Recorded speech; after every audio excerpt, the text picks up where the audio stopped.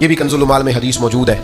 حضرت ابو ہریرہ رضی اللہ تعالیٰ عنہ حدیث کے راوی ہیں، اور جملوں کی بلاغت دیکھیں کتنی مضبوط ہے. الفاظ کی ترتیب دیکھیں حضور نے کس طرح نصیحتیں کھول کھول کے بیان کر دی، اور کس طرح اللہ کے حبیب علیہ السلام نے ہمیں تاکید کر دی، اور اتنے گہرے جملے ہیں کہ بہت ساری تشریحات اور تفصیلات کی حاجت ہی نہیں رہتی.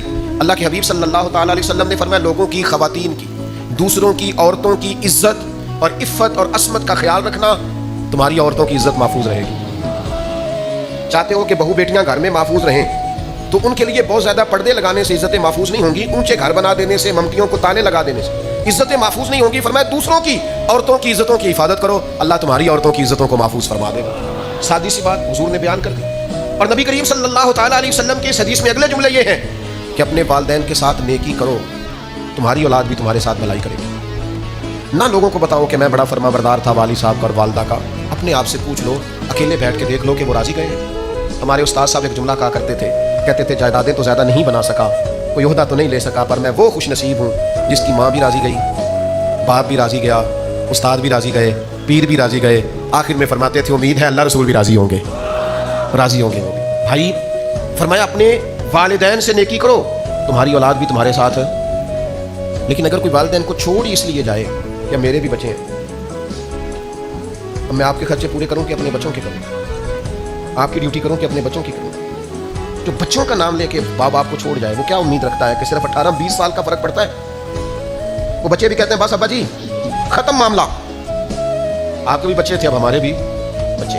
تو میرے بھائی حضور نے فرمایا اگر چاہتے ہو تمہاری اولاد تمہاری خدمت کرے تو اپنے والدین کے ساتھ. اب یہ جو آخری جملہ ہے نا حدیث کا، میرا بڑا ہی دل کرتا ہے کہ آپ سارے توجہ سے سنیں. میرا دل کرتا ہے آپ اس کو زیادہ خوبصورتی سے سنیں. پہلا حضور نے فرمایا اس حدیث میں جملہ کریم فرمانے لگے اگر تم چاہتے ہو کہ تمہارے گھر میں عورتوں کی عزت، عفت، عصمت محفوظ رہے تو دوسروں کی عورتوں کی عزتوں کی حفاظت کرو. اگر تم چاہتے ہو تمہاری اولاد تمہاری فرما برداری کرے تو اپنے ماں باپ کی فرما برداری کرو. اور تیسرے نمبر پر نبی پاک علیہ السلام نے فرمایا جس کا بھائی اس کے پاس معذرت لے کے آیا اور اس نے اس کی معذرت قبول نہ کی، وہ میرے حوض کوثر پہ نہیں آ سکے گا. بھائی معافی مانگنے آیا تھا، معافی مانگنے آیا تھا، وہ عذر لے کے آیا تھا.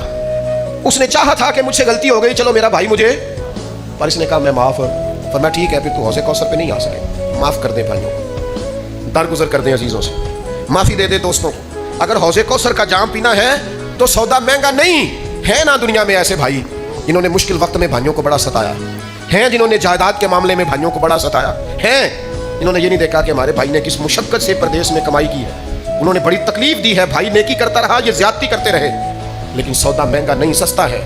میرے حبیب نے فرمایا چل تو اسے معاف کر دے، میں تجھے حوض کوثر کا جام دے دوں گا.